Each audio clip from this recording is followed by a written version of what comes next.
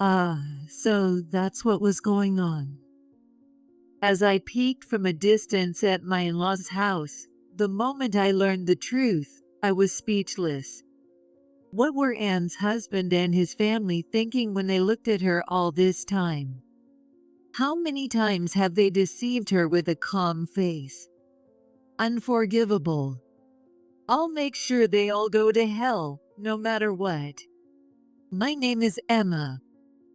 I'm 45 years old and was just trying on my outfit for ceremonies and events when I realized I couldn't zip it up around my stomach. I thought I hadn't changed much in shape, but clearly, I've gained some visceral fat. The first time I wore this outfit, I was 30. My younger sister Anne, who had a weak heart since childhood, passed away at the young age of 27. It was caused by heart failure after pneumonia. Ironically, I was the only one who had a conversation with Anne on that fateful day I visited her hospital room. She had been married for just 2 years. She must have had so many things she still wanted to do. She never would have imagined leaving this world like this. I want to walk under the fall leaves when I get discharged. Remembering Anne's smiling face as she said that fills me with an indescribable sadness. The day of the funeral, which I attended without being able to accept the tragedy that had befallen my beloved sister, something happened. It was just before the ceremony began. When I went to the restroom, I saw Anne's husband, James, on the phone at a nearby lounge. Yeah, after the ceremony, it'll settle down a bit in about a month. Yeah, I guess it's best to keep it low until the first anniversary. I don't usually eavesdrop on people's calls, but I couldn't help but be curious this time. Keep it low until the first anniversary? What's that about? It must be about Anne. From the casual way James spoke, it didn't sound like he was talking to a coworker. All his family were at the ceremony. Who was he talking to? Sorry to keep you waiting. Yeah, I understand. Yeah. No, the kid's fine. No one's caught on. My wife and her family don't have a clue that I have a child. Just relax at our place. What? I was taken aback. Did he just say he has a child? By the way, Anne and James didn't have children. They chose not to because they weren't sure Anne's body could handle childbirth. They were each other's first spouses, and we had never heard anything about James having a child. What in the world is going on? Honestly, I was just confused by James's nonsensical conversation and couldn't sort out my thoughts. But then, I remembered the desperate words Anne tried to tell me just before she was taken to the surgery room. My parents' house, there's a child. Soon after, Anne lost consciousness and passed away without waking up a few days later, so I never heard the rest. I was the only one who heard those words. Until now, I was too shocked by the loss of Anne to even think about what those words meant. But then, the word, my parents' house, from Anne, and just relax at our place, from James. If it was the house they lived in together, Anne would have said, our house, not my parents' house. And there's no child at my parents' house.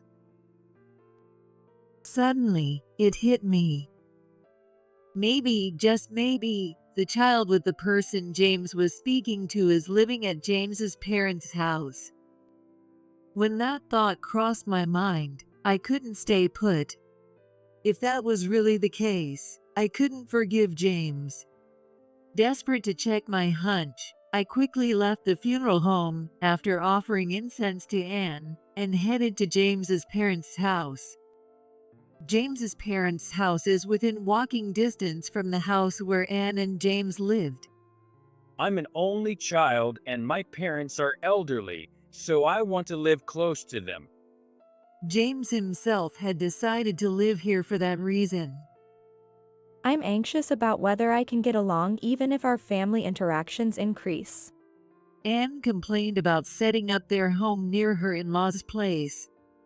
But in reality, since it was so close, she hardly ever visited, and there was virtually no family interaction. Maybe that's why at the funeral, James's parents hardly seemed to mourn Anne's misfortune. They were fiddling with their cell phones whenever they had a moment, to the point of being somewhat appalling.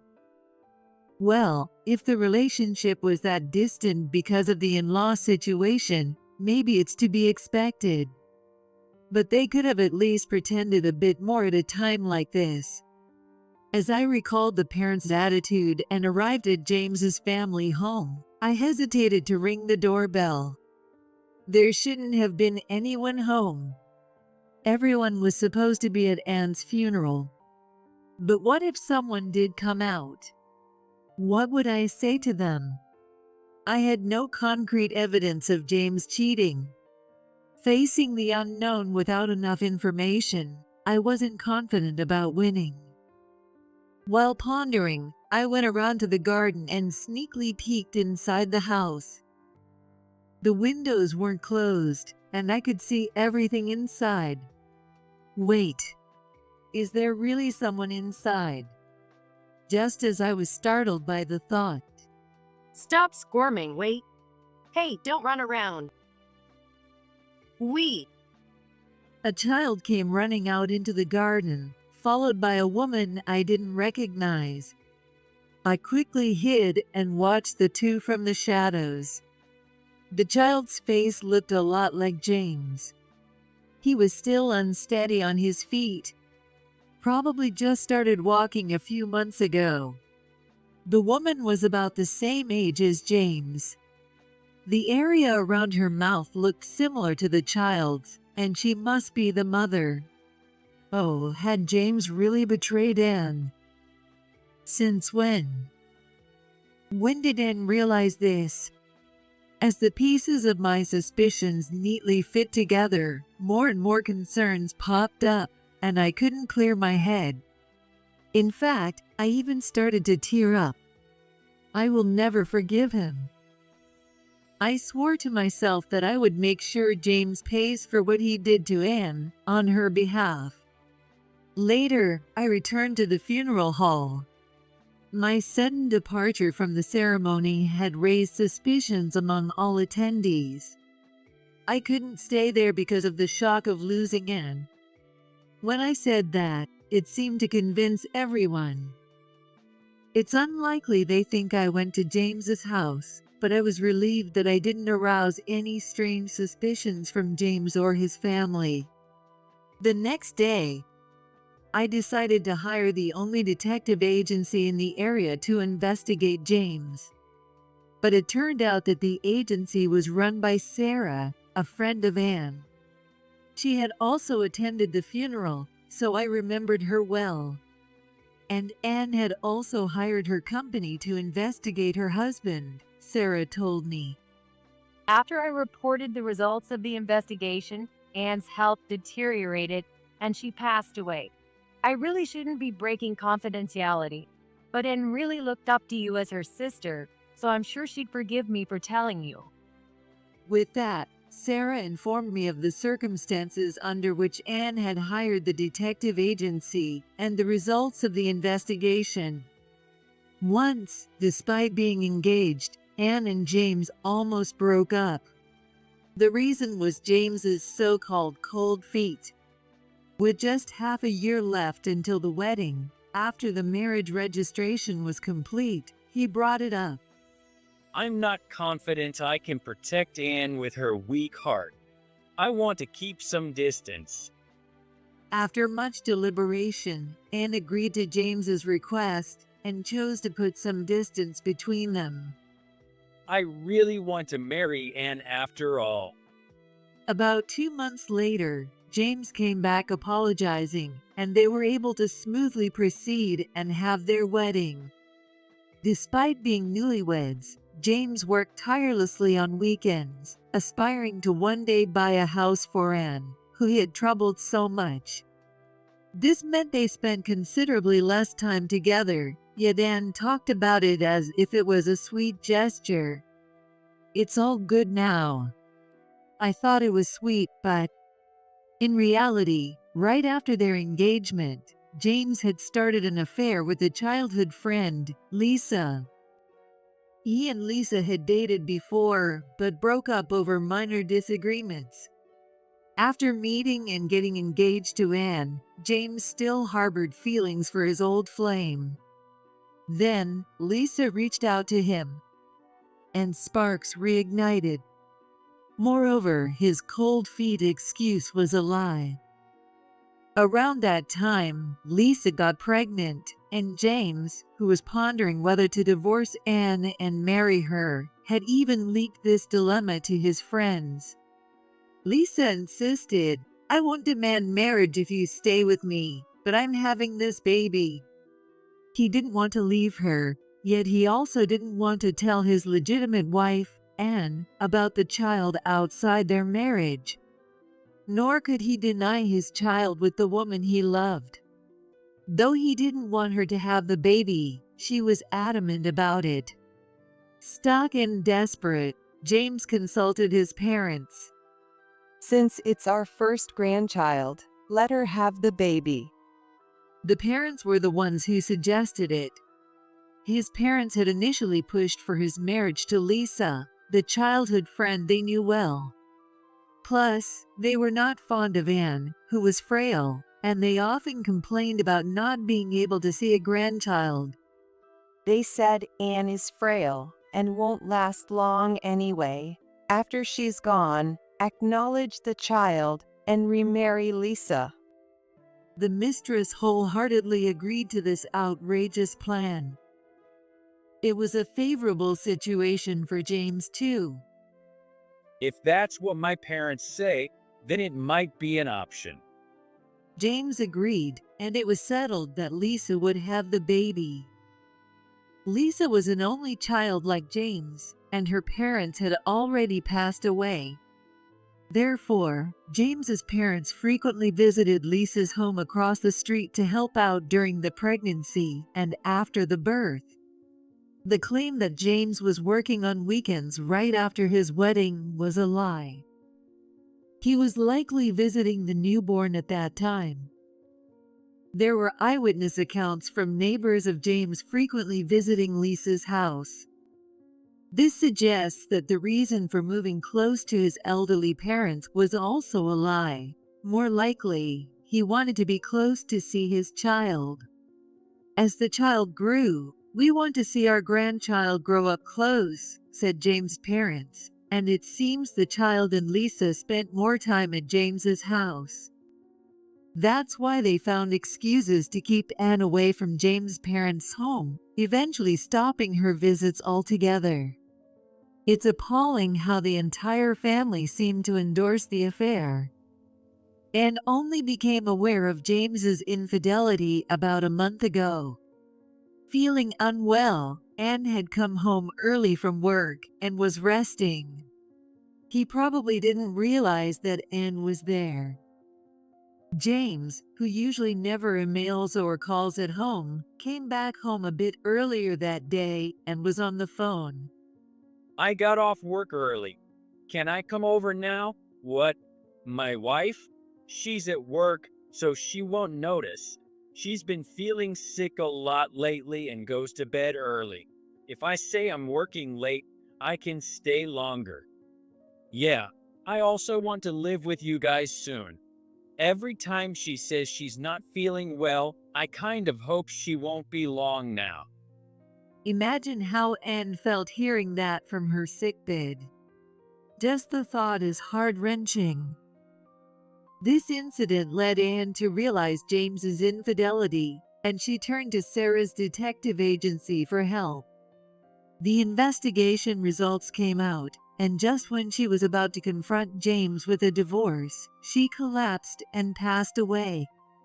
Anne must have felt so betrayed. Sarah concluded, looking down. That must be true. I want to avenge Anne. I couldn't stand the thought of her in-laws getting to enjoy their grandchild while James and his mistress remarried as if nothing had happened. However, having just grasped the whole situation, I was unsure what to do next. After some thought, a light bulb went off. Sarah, are you good with computers? Leave it to me. She replied with a smile. The next day, I headed to James' family home. When I rang the doorbell, Mary, Anne's mother-in-law, appeared on the monitor and looked surprised to see me. Oh, Emma, what brings you here? She exclaimed with a slightly shaky voice. I have something to discuss with you about Anne's personal belongings. Do you have a moment? Mary fell silent and then the intercom turned off. Maybe they won't let me in. Feeling a bit anxious, I waited a while longer. Emma, I'm sorry. The place was a mess, so I was just tidying up. Please come in. James appeared. Oh, James, you're here. Perfect. I said with a smile, which made his expression stiffen. He thinks I don't know about the affair, but his face betrays his guilt. In fact, I had just seen the mistress and child through the window. What he had cleaned up must have been those two. Wonder which room they're hiding in now. As James's parents and he awkwardly eyed me while ushering me into the room. I took a sip of the tea they offered, and as if reading the room, James asked, What about Anne's belongings? Oh yes, it's this, I said, placing a photo on the table. Upon seeing the photo, James and his parents froze. James, who is this? Oh, no, I don't know her. The photo showed James and a woman embracing in bed. This was sent to our house the other day. It seems, James, you've been having an affair. Both parents glared at James, who frantically shook his head. Wait, I don't remember this photo. James exclaimed. As he protested, I produced more photos. Each showed James kissing the woman or on a date at a nearby amusement park. People who cheat don't say, I remember it, do they? I muttered, looking down. You're such a child. Mary raised her voice. It's not true, Mom. I don't know anything about this. Lies. Then what about these photos? And you have a child with Lisa? A child? I quickly reacted to Mary's words. Anne's father-in-law opened his mouth, looking guilty. Is this child the one you're talking about? So, Lisa is this woman? I then showed a photo of James holding a child. Why? The whole in-law family was at a loss for words. No, that's not true. James kept shouting. This worthless son. Mary slapped James on the cheek. Did you have other children too? Listen to me, Mom, Dad. But Mary and her husband, Anne's father-in-law, wouldn't listen to James and repeatedly berated him for betraying their beloved grandchild. What's wrong with you, bringing such nonsense here? It was sent to the house. I don't understand it either. I came here wanting an explanation. James, you do have a child, right? I glared at James, and he was at a loss for words. Well, honestly, James is right in a way. James doesn't have any other affair partners besides Lisa. I wouldn't tell them for the world as I might get sued for defamation later, but this photo was a composite I had Sarah create. I could have used a real photo of the actual mistress and child, but I had my reasons for using a composite. You do have a child, don't you? My plan was to corner him into slipping up, but Mary slipped up sooner than I expected, which was lucky. Your silence means it's true, right? Just now, Mary mentioned there's a child, and something about Lisa? Mary and Ronnie froze on the spot at my words. The content sent with these photos said that these kids are being taken care of at this house. That's not true. Mary quickly denied my words. Is that true? There's no way that's true. Then, please show me every room. What? Without waiting for their permission, I stood up and headed to the next room. Wait, don't just snoop around someone's house. James raised his voice. If there's nothing to hide, just show me. I don't mind if it's a bit messy. It's not about that. Then, what is the problem? That is.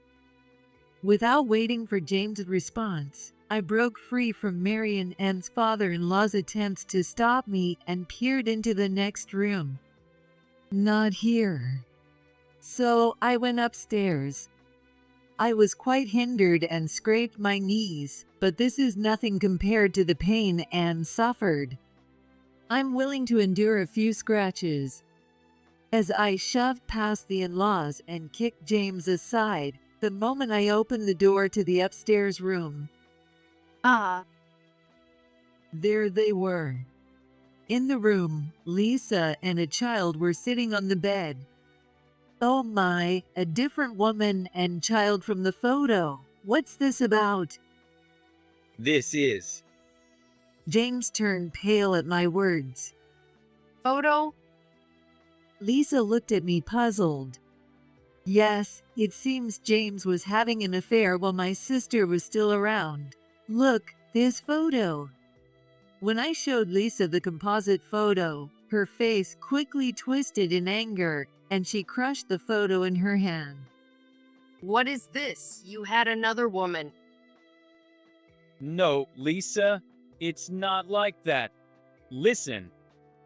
Lisa was furious, and James turned pale. So, there's another woman, so you are one of James's women too. I chimed in, grateful for the admission. Mary and Anne's father-in-law were at a loss for words in this turbulent scene, holding their heads. Why? You said I was the main one, so it was okay not to get married. I just wanted to have your child and stay by your side, but there were others. It's not like that, Lisa. This is probably some misunderstanding. A look-alike or a composite. Probably. Why can't you say it's definitely not true? I can't trust you anymore. Lisa's distrust peaked when James, flustered, failed to outright deny it after the momentary shock of composite. A man this indecisive isn't worth your trust. Anne's life was also ruined by this man. My stern advice tightened Lisa's face. In truth, Anne's life was ruined by Lisa too. But she must be aware of that given her expression, so there's no need to say it. Right now, I need to act like I'm on Lisa's side to get her to listen to me. Neither the in-law family nor Lisa will find happiness, which aligns with my goal. Right. Lisa muttered. Wait, Lisa. I'm serious about you. James desperately tried to convince Lisa, but I interrupted. You were not serious about Anne, but in front of Lisa, you're all about serious, and even vowed to marry her, right? You really aren't worth believing. Lisa's face clouded over at my words. The fact of the composite photo, and doubts about whether his words to her were sincere, began to set in. Good. If you were serious, you wouldn't be juggling two people from the start. Whatever the reason, you'd stick to one, right? As I emphatically repeated the words, Lisa's face grew increasingly somber. James was as pale as could be. Lisa could feel herself drifting away from him. Let's break up, James. I don't want to be just a convenient woman for you. After seeing that photo, I just can't believe it. I could handle being the second, but I definitely don't want to be the third woman. Please, listen to me. Moved by Lisa's tears, James impulsively grabbed her hand and yelled. However, Lisa shook off his hand. I don't need recognition, just stay out of my life. Saying this, she took her child and left the house. As his parents lost the child and the prospective daughter-in-law, they got depressed. I mentally celebrated with a fist pump. Later, I made James write a notice of termination of family relations, cutting off all ties with our family. Anne's inheritance, which was supposed to go to James, was also successfully waived. My father, a bit intimidating, had heard everything from me and went to yell at the in-law family. I don't want to have anything to do with this house anymore, so waive the inheritance. The in-laws, completely intimidated, persuaded James as well. Well, Anne's estate was meager, but it was good that not even a penny of Anne's went to him. Actually, on the day I brought the photo to James's house, a window happened to be open. Because of that, our loud conversation was clearly audible outside.